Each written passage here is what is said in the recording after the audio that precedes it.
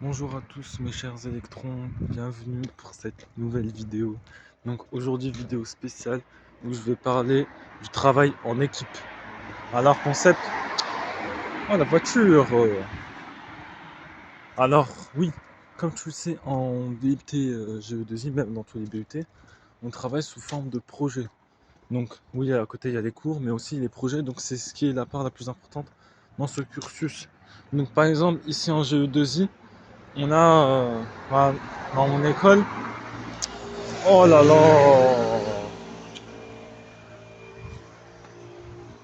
Alors oui, je dois faire deux projets donc ce semestre-là.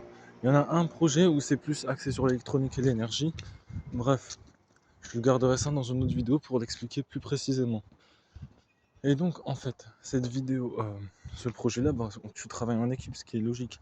Sauf que par exemple, comme on s'est départagé les tâches, moi j'étais plus axé sur la rédaction du dossier technique et euh, tout ce qui est assez théorique et aussi dans les simulations, donc avec les applications qu'on utilise pour simuler ce qu'on fait électroniquement dans la réalité.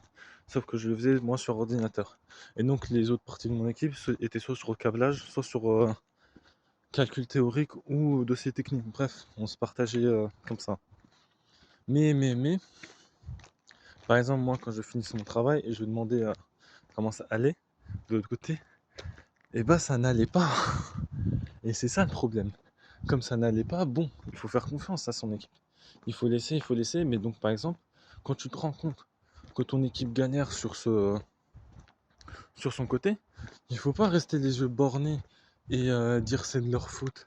Et voilà quoi, je vais le dire à la prof, blablabla, gna gna gna. Non, c'est un projet, c'est comme dans une entreprise.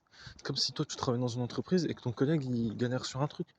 Oui, tu finis ton travail et tu vas l'aider. Mais si t'as pas fini ton travail, il faut aussi aller l'aider. Parce que si tu dépends de lui indirectement. Parce que si lui il a pas fini, par exemple, lui il était sur le câblage, et comme lui il n'avait pas fini son câblage, on pouvait pas avancer sur le projet, tout simplement. J'avais beau faire mes calculs théoriques et mes simulations, pour avancer, il faut que dans la vraie vie ça marche aussi. Et c'est ça le problème, ce qui ne marche pas, c'est que il faut savoir quand vouloir décider pour pouvoir aider son équipe.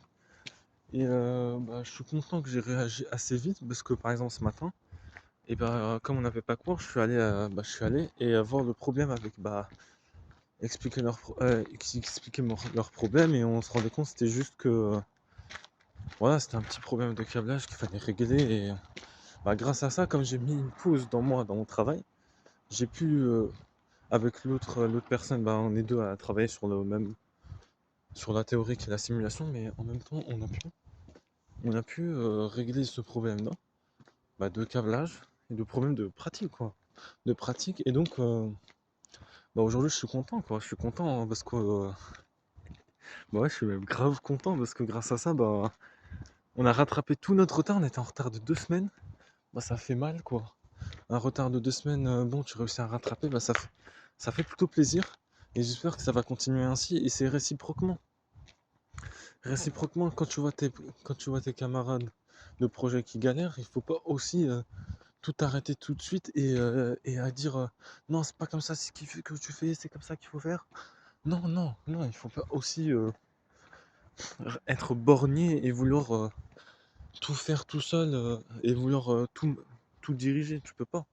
Par exemple, j'étais un peu comme ça au début et j'ai vu que ça marchait pas quoi. Il faut savoir déléguer et laisser les gens faire. Parce que oui, tout le monde a des électrons, tout le monde a des neurones dans son cerveau, tout le monde a des électrons, et donc ça cogite dans la tête. Et donc ça peut cogiter dans la tête. Si ça cogite pas maintenant, ça cogitera après. Et oui, il faut laisser un temps de réflexion à tout le monde, même moi. Voilà quoi, mes électrons ils sont assez lents, hein. Ça met du temps à mettre en route la machine, mais quand elle est en route, c'est bon, ça marche. Et, euh, et donc c'est ça le petit message aujourd'hui que je voulais passer. Travailler en équipe, c'est pas travailler seul ou vouloir tout faire tout seul. Travailler en équipe, c'est savoir s'aider, s'entraider, tout en avançant chacun de son côté, de façon progressive et de façon logique et déterminée. savoir céder dans les moments qui sont durs et savoir célébrer les moments où ça marche. Bon, on était tous très contents, là, le lundi, lundi à midi, on était super contents car on avait rattrapé tout notre retard. Et on a mangé un sandwich, voilà. On a célébré ça en mangeant. Voilà. Chacun célèbre comme il peut. C'était plutôt pas mal. Voilà, je vous dis à très bientôt pour une prochaine vidéo.